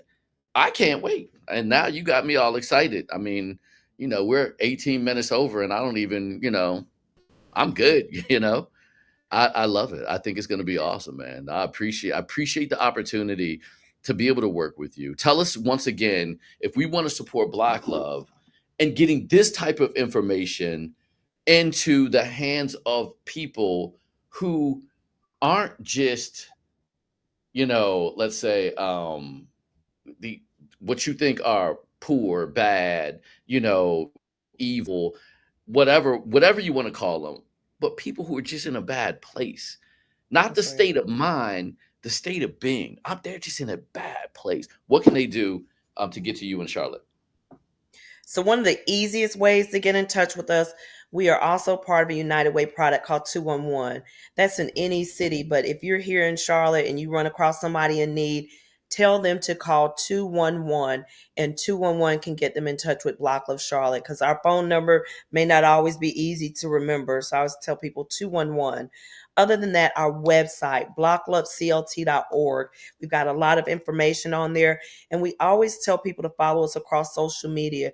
We post everything up there. We're a very transparent organization. We let people know what's going on. We tell people about other resources. We share about other agencies. Like right now, we're trying to tell everybody about Room in the Inn because it's cold. It runs from December the 1st through March 31st. It is a way for people to get out of the cold because our shelters are at capacity. But any way that they need to learn about us, blockloveclt.org is one of those places. And if they ever need to reach us, it's 980-288-4895. Okay, one more time on the number. 980 288 4895. Okay, so I can't let you go on a cold night like tonight without talking just a teeny bit more on. Did you say a night in the inn? So Room in the Inn, it is sponsored by Roof Above, which is one of the umbrellas here in Charlotte that has the shelters. And it is churches that come together and provide space during the winter months. So from December the 1st, so starting Monday of this week, all the way until March 31st, individuals can get space. What makes Room in the Inn unique is they like to keep families together. We only have one family shelter in the city of Charlotte.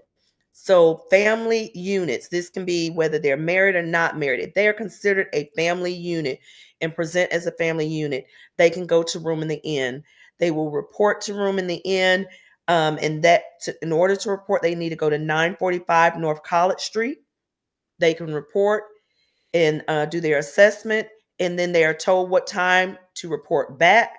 If they don't have transportation, they'll be transported to whatever location is decided based off of their family size, or they'll be given the address so that they can pull up to that location.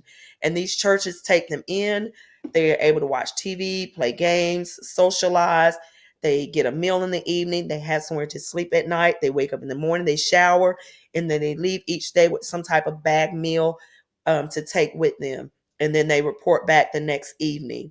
But it is a great resource because we've already had so many people call us and ask where to go in this cold weather because it is starting to get cold in Charlotte. So bring a nice coat with you when you come next week. But it is Mm, getting cold here, and our nights are very frigid right now. And Block Love Charlotte also operates as a warming station. So when our temperatures drop below freezing, especially during the daylight hours, we are open and we make sure people have somewhere to go when it's cold. man, thank you. I mean, that's good. Like, it's this is why I like this format and being able to be online because if we were on TV, somebody would have been like, they got to go. You have your 5 minutes, whatever. This, and then you drop like a nuclear bomb at the end, like, yo, we have room in the end. Like, huh? Wait a minute. Let's rewind real quick. What does that mean? Right? And one of my friends will get that and laugh big time. What does that mean? Like, what does that mean? And then for you to say that, look at how these organizations are working together to combat housing insecurity and provide housing for families because there's only one family shelter in Charlotte. Like,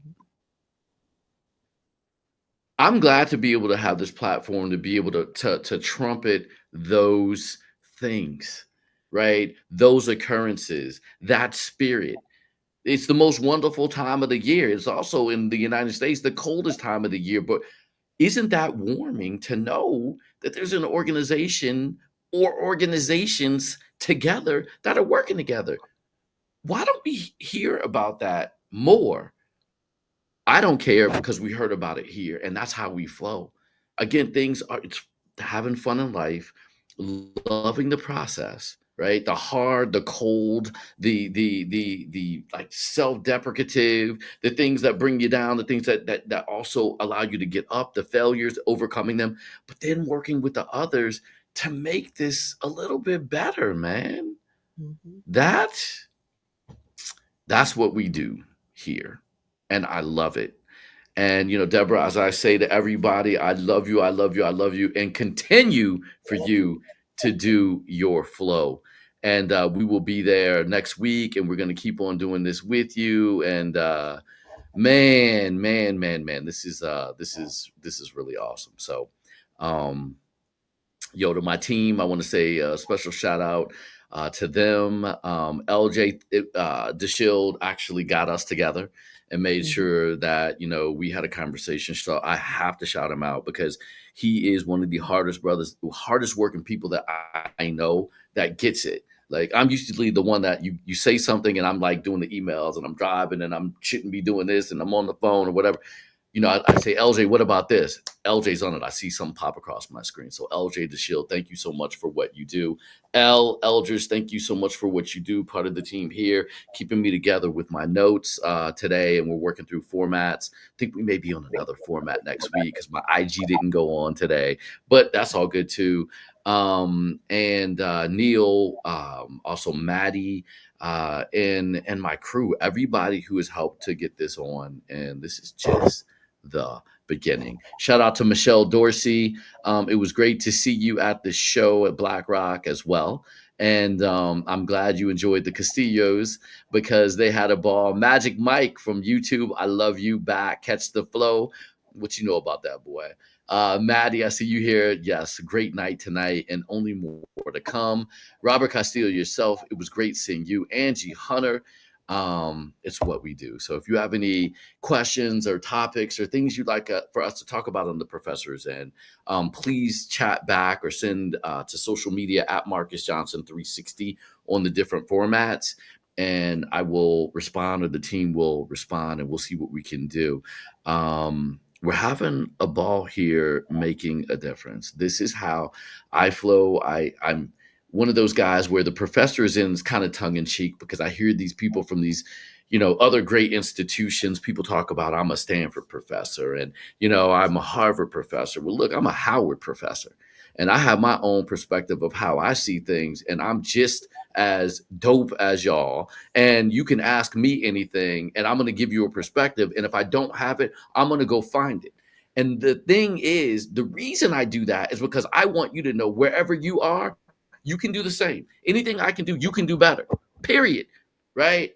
But I am not going to discount myself. I will not dim my lights. Rather, I will hand you these sunglasses here and you can put them on because I'm going to shine brightly. My brother, fraternity brother James Walker says, shiny, hashtag shiny, stay that way. Hey, you all. I love you. I love you. I love you. And always do your flow. On behalf of myself, my team, and a special shout out to Chase, my real life Cinderella this weekend. We will catch you next time. Love you much. Deborah, thank you so much. I'll talk to you next week. How you doing? It's Marcus Johnson, and I'm on my way back to you. On December the 12th, I'm going to be in High Point, and we're going to have the Flow Holiday Tour, which is a night of holiday cheer, fun, love, and some great music. As such, I'm bringing one of your own, Casey Lee. So Casey Lee is not only going to be on stage with me, but he's going to have his own set. So 2 great artists, food and drink are included with your ticket, but my VIP folk, you get something a little bit extra. Don't forget, you can get your tickets at MarcusJohnson360.com. Look, I love you. I love you. I love you. Always do your flow. It's me, Casey Lee at the Townsend Lounge at the Golden Doors. Yo, we're going to put it down High Point and Greensboro and Winston-Salem. I want to see you there. Come flow with me. Peace.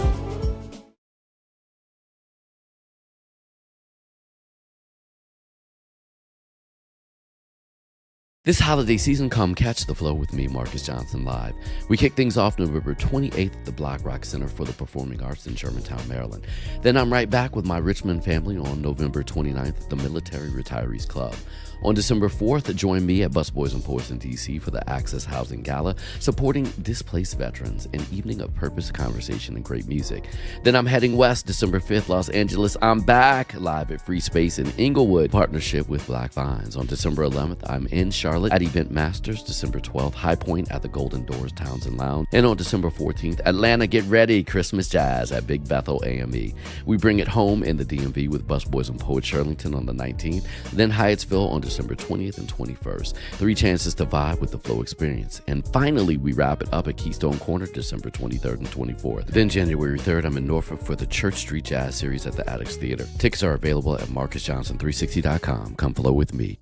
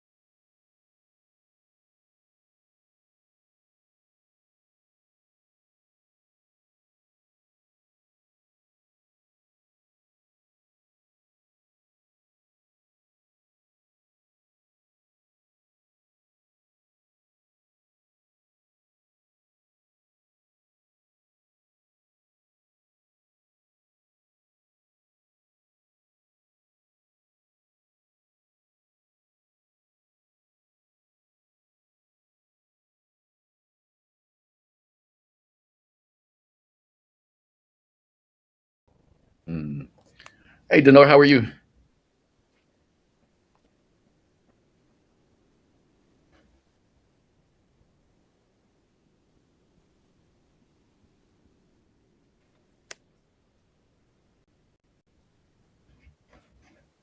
Mm. Oh, Oh, hello, hello, there hello, we hello. go. How are you? I'm good. How about you? How you doing? I'm Well, doing thank well. you. I'm doing well. I think I don't know if LJ got our times mixed up. We were wrapping up, but we still have some people here, and yeah, I'm excited. Event master. Oh, I didn't realize. Yeah, he gave me he told me 9:20. Okay, it's all good. It's all Okay. good. Yeah, yeah. We yeah. Anyway, it's all good. How are you Okay. doing? I'm looking forward. We just had Deborah on the phone from Block whatchamacallit? Oh my god, my brain is freezing up. Block Love Charlotte. Okay. Yeah, so we talked a lot about what they're doing as well. So I am looking forward to being in your place. And one of the things we talked about was the whole idea that there's a new paradigm in the world. And this is the same Marcus Johnson tradition with the same Marcus Johnson holiday tradition with a different location. Okay. And the fact that, I don't, I'm not going to call out other places, but I played many places around Charlotte and there's some mainstays around there. And I talked to LJ, and like now we have the ability to look at our Spotify for artists, our Pandora for artists, our YouTube for artists, our Amazon for artists, our Apple Music for artists to find out exactly where we need to be. Charlotte is definitely one of those places for me. Then I can use machine learning and Meta and IG and TikTok Mm-hmm. and Google to put the emails that I've collected over the past 25 years, almost 30 years, excuse me, into, Meta because they know everybody's email, who they are, to find Yes. out the people and how to target them. And now the interesting thing is we can control the ticketing with Eventbrite and other platforms, but to have venues like Event Masters to then be like, okay, let's make a deal. How did you how did you start like with Event Masters? What was the beginning? What made you go into this business that people are always like, yeah, you shouldn't do, et cetera, et cetera. Oh, absolutely. Absolutely. So Event Masters was actually my husband's. So he did sound lighting and stage for over 10 years. And just taking it to a whole nother level with a lot of traveling, and he's done concert halls and just across the country. And my thought was, okay, I've managed a lot of different avenues from a retail perspective, but also I had my own restaurant in Atlanta. So I Hmm. said, okay, let's just do this on another space. We do decor and everything else, but let's make it our own. So instead of you continually going out every weekend to different states and such, let's just do what we need to do here. And that way you can maximize what you love, but in your own space. Hmm. So this is actually our third venue. We started with a different partner in the beginning, something small. Then we went to another level, and our hands were still kind of tied. So we said, okay, we need a standalone building where we can kind of do what we need to do and just outfit it the way that we need to. And here is Event Masters in South End, now 7,700 square feet, 4,200 square feet of pure venue space. And we just redid everything to it, got it the way we like it. And just, I mean, it's amazing. It's amazing. So, We just keep adding. so question, hands are tied. What does that mean? So at our previous location, we could not expand how we wanted to. We couldn't have a liquor license. We couldn't, do certain things because we were in a strip center. Hmm. So the other places were businesses, and the way that it was zoned, it restricted us. So here it took us a little longer, a year of construction, but now we're able to do exactly what we need to do. We have a full ABC license. It's just how we want it, even though we redid bathrooms and exits and all this kind of fun stuff to get it up to par. but it's now what we need it to be. Oh, I mean, it's sexy. I was trying to get a spot. I've seen, and we've been co-tagging each other on Yes. social media, and so I was like trying to get a picture for this or video, because this is my new format and I'm loving it. But like, I wanted people to actually see it. But it's sexy. I saw a party last weekend. I was like, maybe I need to be in Charlotte because they were up in that joint yelling and all in unison. And I was like, I wasn't invited. You know what I Look, mean? that was our R&B bingo. We had almost 300 people in that building last Saturday, and R&B Wow. bingo. And we do that once a month, and it's nuts. It's nuts. They love it. They love it. Okay. That's amazing. I mean, we're pushing. I'm trying to get. I would love to get that many people in there. And some of the other places where I've been, I mean, we sell it out. And Awesome. it's something. So, what is it like to have your own venue? And I'm just gonna. I mean, we can have honest conversations here. You know where I'm going with this, right? Yes. And there's a group. You're not necessarily in the in group of people, if you know what I'm saying, that have been Absolutely. I know what you're controlling saying. that. Yeah. And so, what's that been like? Because I called people and told them that I would like to rent their place out, Hmm. and I would like to come down and do a gig. And I have my own people. They were like, "Well, how much do you want?" I was like, "I don't need anything. What I Hmm. need is for you to let me have the door, and you take whatever you want from food and beverage." Well, I need to do this and check with so and so. Wait, do you have your own venue, or you got to check with somebody else? Really? Exactly. And I was like, "Okay, no problem." I call my boys. Yo, you need to talk to Dinar. What has that journey been like? Tell, please. So definitely a journey, because Charlotte, we're not from Charlotte, obviously.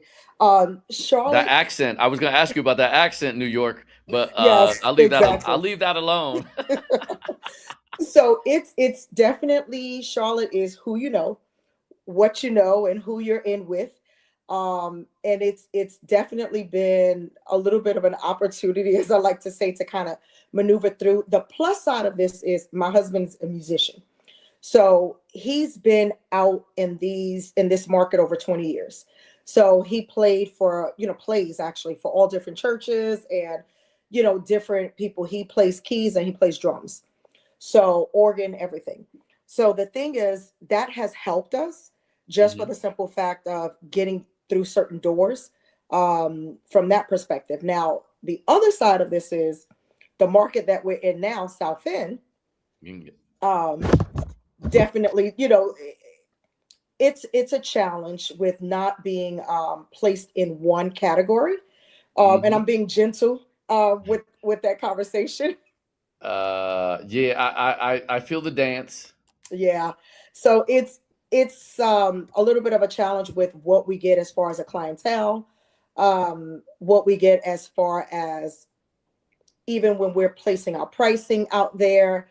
It's like, well, we get kind of categorized as, you're just a black owned venue, and those kinds of things. So that's where we have definitely put ourselves at a cut above. We didn't shortchange anything in this venue for that simple fact. We don't want to be just another venue in Charlotte. So we took ourselves and separated from the basic blanket space with, your basic tables and chairs, telling people come in there and you do everything. No, we are at every event. We manage every event, and everything in there is state of the art. So we have invested over $1 million in equipment, just making sure that we have from lighting, sound, stage, just pure even equipment from seating. And I mean, we have every kind of table, every kind of chair, couches. I So, I saw it. I mean, like for me, and we don't have to this rent is it. yo. It's so for me, it's a dream come true, especially in markets outside of DC. And I think one of the scariest things for some of the promoters and or club owners around here is the idea that we're thinking about doing the same thing, right? Hmm. Because I was a morning show host on 105.9. I was on Fox. I have been on TV all around. I have my radio show now, and I've been in DC for 30 years putting Okay. it down, right? So, I've taken my lounge to basically the Flow Lounge to these other venues around the country. But it definitely, the question begs itself. So when are you doing, or partnering with you guys to do an Hmm. event masters up here? I mean, because there's the other thing of running it there, Yeah.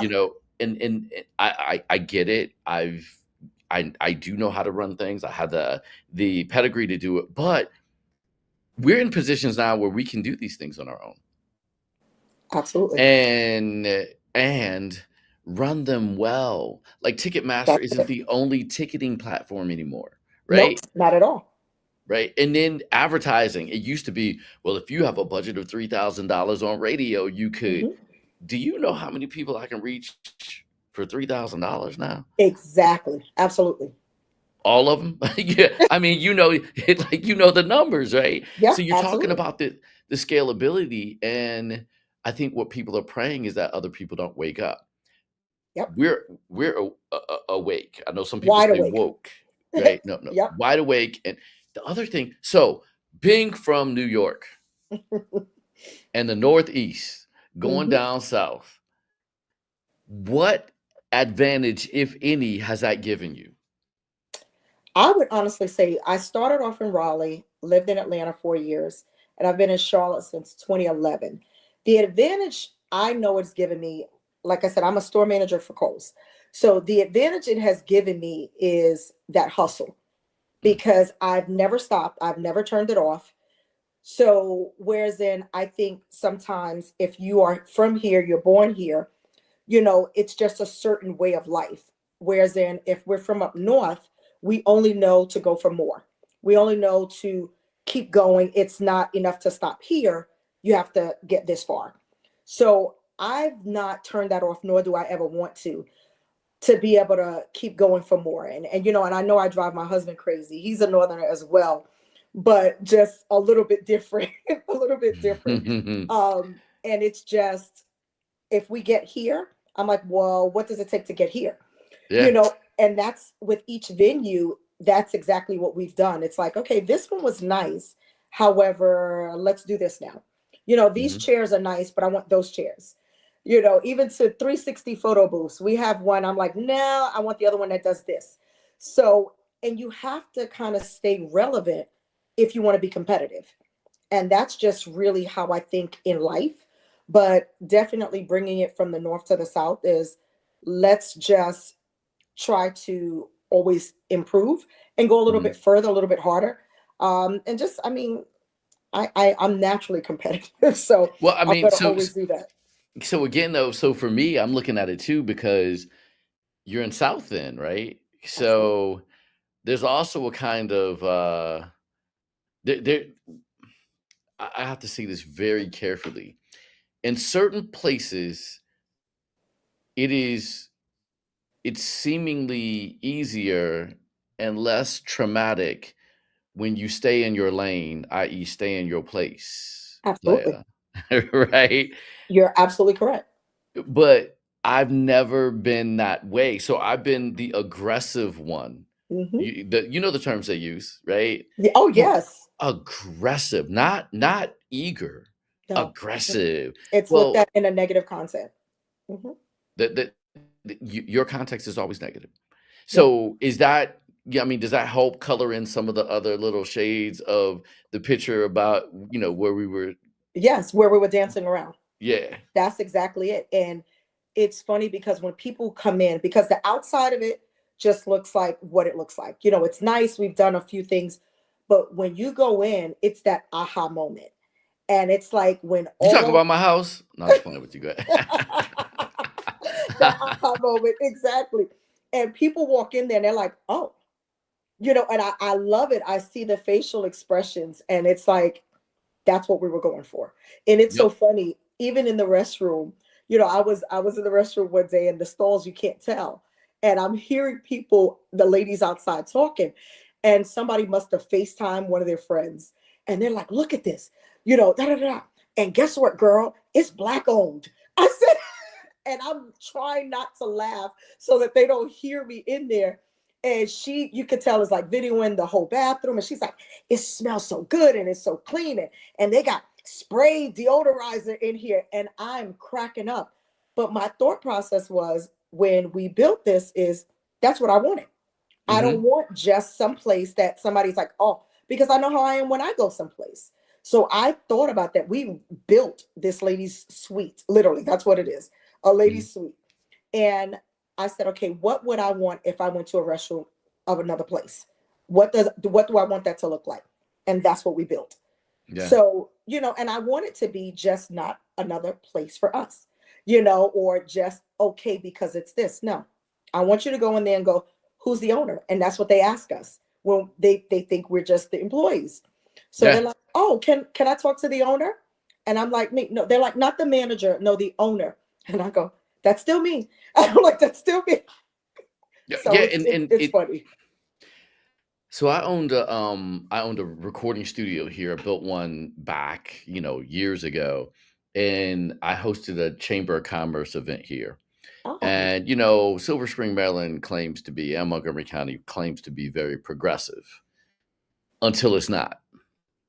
And so I had, these folk in my $1 million studio, Mm-hmm. and they were looking around at my studio manager, who was a young fellow who's Mm-hmm. looked a little different, blonde, blue eyes. And literally, I mean, he was amazing, amazing kid. It was so great to work with him, mentor him. I was his mentor, Nice. right? Which other people could not, understand that Mm-hmm. paradigm. And so I'm sitting in one of the walls, and they're like, "Well, whose place is this?" And I kept just chilling and sitting Mm-hmm. back, and I didn't say a word. And then Billy came out, and they were like, "Oh my God, this is a great place. You build it." Da, da, da, da, da." The assumption was Mm-hmm. that. Same Automatic. thing with Flow. Same thing with Flow and the wine. I had a partner that was not African American. Mm-hmm. And, everywhere we went, it was like, well, who came up with the idea of Flow? And uh-oh, did we lose you? Are you there? Yes, I'm here. Okay, I lost you. I don't know if you turn your camera off. Yeah, but like with Flow, we had these things where they're like, who came up with the idea? And he would have to say, like, well, it's his idea. Mm, And that was a big problem for him to do that. Billy, not so much, but the expectation is that, one, we don't have millions of dollars to put into things. yep. Two, that we don't possess the class and the culture and the sophistication with the technical ability Mm-hmm. to go and the patience, stick to itiveness, persistence, intellect, um, Mm, consideration, resilience. I mean, all the words, right? You don't possess absolutely. that, Nope. right? To get to where you need to go. And then the question is, they almost get mad because it's like, and it's How did not you just think of other this? people. It's not Mhm. just other people. It's people that look like us that are like, Oh, absolutely. well, how did you and who? Yep. Well, kind of. Who helped you? Who helped you? Yeah. Wait, and I'll tell you, I had a ton of people that helped me, family, schools, whatever, Mhm. etc. And then it was a lot of work in Marcus Johnson getting up after getting, kicked in the face, kicked in the back, Yep. everything else like that, losing things, failing. And it goes along with the flow model. And Mhm. that's the whole idea of loving things, having fun, loving the process, the ups and the downs, and organizing with others to make a difference, right? So that's one of our models that we have here. The other is deeper. You always have to go deeper. Mm. Have a dream, be engaged in Yeah. it, have a fertile environment around you, written plan, execute, and reflect. But yeah, I'm just going to say that. I overstand. That's the other word we use here. I Oh don't yeah. understand. I Understand. overstand Oh what yes, you're we talking use it. about. Yeah. Oh And yeah. and you get to this place where it's just like we can make this stuff happen. And Mhm. I think it's really interesting that I think this is where a lot of fear from other folk come in, and the fact that we can. And wait, Absolutely. hold up. We always have, because you don't get to where we've gotten and go through what we've gone through without being fucking spectacular. I How love about it. that? I love it. How Yes. about that? Hmm. Right? So Yep. again, you may not like it and it may be a little shiny for you, but I have a nice pair of glasses for you right here that you can put on because I'm not dimming my light. No. Mm-mm. Nope, not at all. And when I tell you, and that's what Event Masters is. That's Yeah. literally it was hard work, dream, tears, you know, got tears and tears and tears, and more money and more money and more mistakes, and bad contractors, and I mean all of it. And people don't understand that. It's like, just respect what you see, and just know that it came through pure hard work. Pure hard Yeah. work. Yep. And I Like your mean, life. yes. How about them apples, right? Just like your life. And that's what I Yep. want people like.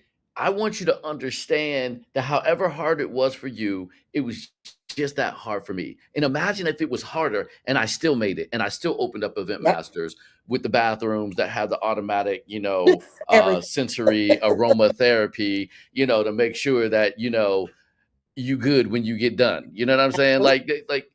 But that is real stuff. It is. It is. It was so, so, so much like, and I'll just drop this little one to say that, none the least. And we're gonna keep smiling even after this, but like last year, in the middle of all of this, I don't know if you had a chance to read our story. But last year, in the middle of all of this, I lost my daughter. Oh, So yes, I lost my daughter, 31 years old, in the middle of full construction. So oh, we literally like shut down for a couple of months trying to just gather everything. So when I say to you, this was birth out of like everything we had, everything we had. So, she was military, 31 years old, and it was tough. So that was last July. And literally I had to, just halt for, a few months and just try to, like, even the owners of the building, they were like, we'll take over from here. We'll deal with all calls. Like, just go be. hmm And then come back a couple of months later and have to resume all of this. And in that process, we lost two different contractors that were very shisty, and money was gone. And, because things are going, so you couldn't just hold on to everything. But when I say to you, to be able to pull this off after even that, I'm like, nobody can say one thing at all. You don't want to see me, son. Right? That's some New York shit right there. Son, what's Yes, up, you son? can't. You So do when not want to somebody see me. places a complaint, I'm like, you just leave it alone. Just leave it. Yeah. You can't. You really can't. Yeah. Because I if we got were you. able to come through that and still build this beautiful space, it's like, no. And I know it's meant for something. I always say that. It was meant for something, for us to be able to do all of this. So, But it fits perfectly within my story, which is a parallel line of the same thing, oh wow. right? And heartbreak and I mean business. I was speaking to some kids the other day, and I was like, "Look, man, I said this is the most incredibly personal thing that you will ever do, entrepreneurship. The only thing that comes close is a child, Hmm. right? And then there are parts and times, and I'm so sorry for your loss. Even when I'm dealing with my daughter, there are times where like our entrepreneurial venture is us. It's Hmm. another form of us. It's another child, Yep. right? And It and is. it's cement. If you truly invest in it like that and you believe in it, I tell people, don't do something that you're going to call a side thing or a sidekick. Don't treat being an entrepreneur that way, because that's all it will ever be. Yeah. It's just a side thing for you. So Yep. if that's how you see it, don't do it. Don't do it. So are you still at Kohl's? I am. I Okay. am. And the only reason I ask you that is because I often am asked, Marcus, when do I leave? When do I do this full time? And my story's different than everybody else's. I've been doing music, full time since I graduated from law school. But Oh, that's my amazing. that was my, like, I knew when I graduated, I had 4 record deals on the table. I knew I was Oh, going on well, then, tour, yeah, right? I was that's doing different. Yeah, that's Marcus, right? different. Yeah. So where are you in that journey? I've given myself 1 year, Okay. 1 year. And the reason why I say that is I am cheating my business by not being fully engaged now. Like before, it's not where it is now. Now Mhm. it needs so much more of me. And it's picking up, so no complaints. But I am all of the back end. So Mhm. I am, all of the administrative side of it and the booking side and, the walkthroughs and the talk throughs and, emails and invoices. That's me. Mhm. So when I'm not available, because yet again, like I've been at work all day long today. So when I'm not available, there's things I'm missing. I had another call I was supposed to be on before you. I was stuck at work. And it was another live at 8 o'clock where somebody wanted to put me on their show who has, you know, 55,000 followers. And Mhm. she wanted me to be on her show at 8 o'clock. And I'm like, this is the kind of stuff that I'm missing out on Mhm. by being there. Yes. So, it's been I've been in retail over 20 years. I've been with Kohl's 12. So, it's been a long journey and it's been good to me. Definitely afforded me a decent lifestyle. Um, but at this point, I have to be able to fully trust in what is happening and make a transition so that I can take this to the next level, truthfully. So Yeah. it's exit plan and way. I got it. Okay. I understand. And, I'll say that, from my perspective, I'm glad you're here and I appreciate you. And I Thank understand the you. journey. And, also to nudge you that you've done it the right way. And is it Joe Dispenza? I was listening to some of his stuff. I'm reading the book, How to Become Supernatural. Ooh. And the basic idea is we know what's comfortable now, but the growth and the next phase of everything is in the unknown. And he said, Mhm. the interesting thing is the unknown has never let me down. Ooh, I like that.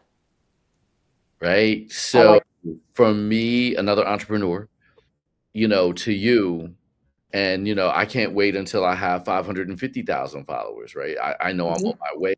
People, they feel what I'm saying and what it means to them. So, it is I I know what's gonna come, but it's still unknown. I don't know exactly how it's gonna look, but Mhm. the unknown has never let me down. So I pass that to you to say, number one, congratulations on Event Masters. I'm looking forward to Thank you. performing there next Thursday. I'm looking forward to doing this with and supporting, um, Black Life Charlotte. And this is just one of many. I want to have another date. When we get done next week, I want to have another date on the books so we can start promoting the spring, Mark Exactly. Johnson concert, and we'll keep building it because the unknown has never let me down. So let's do this. So congratulations to you and your husband. Thank you. Thank you. Uh, Thank you very much. if we want to find out information on Event Masters, where can we go? So you can go to Event Masters with a Z, as we like to say, with a Z, either on Instagram, on Facebook, but also even on our website, eventmastersclt.com. So where you can actually schedule and book a tour. But we're on TikTok as well under Event Masters as well. Awesome. Awesome. Well, I will see you next week. You take care. Enjoy the beginning of towards the middle of the holiday season. And I look forward to so much more. And Absolutely. again, as I always say, I love you, I love you, I love you, and always do your flow. But for you also, the unknown has never let us down. And I Let's appreciate go. it. Thank you for having me on. You got it. You take care. I'll see you next week. All right. See you next week. Have a great night. You too. All right, bye-bye. Bye bye. All right, you all, I'm getting out of here. And that was a great, that was an awesome surprise. And I'm glad we were able to stay on and I was on with it to talk to Denora from Event Masters in North Carolina and Charlotte, in the south end of Charlotte. And we will be there next Thursday with Black Love for a holiday concert. I'm coming to the CLT, and I can't wait. Again, thanks to Deborah from Black Love, the executive director of Black Love Charlotte, and her speaking about, oh my God, what was that? Oh my God, it was the oh my the something inn. I want to say it's the something night inn, but the churches that are actually supporting family housing during the winter months starting December 1st. Make sure that you check in for that with Black Love Charlotte. And then before that we had Access um, Housing, which is the event tomorrow night at Bus Boys and Poets. Myself and my man Tommy Davidson doing our things. Look, I love you. I love you. I love you. Always do your flow. I will see you real soon. You all take care. God bless and peace.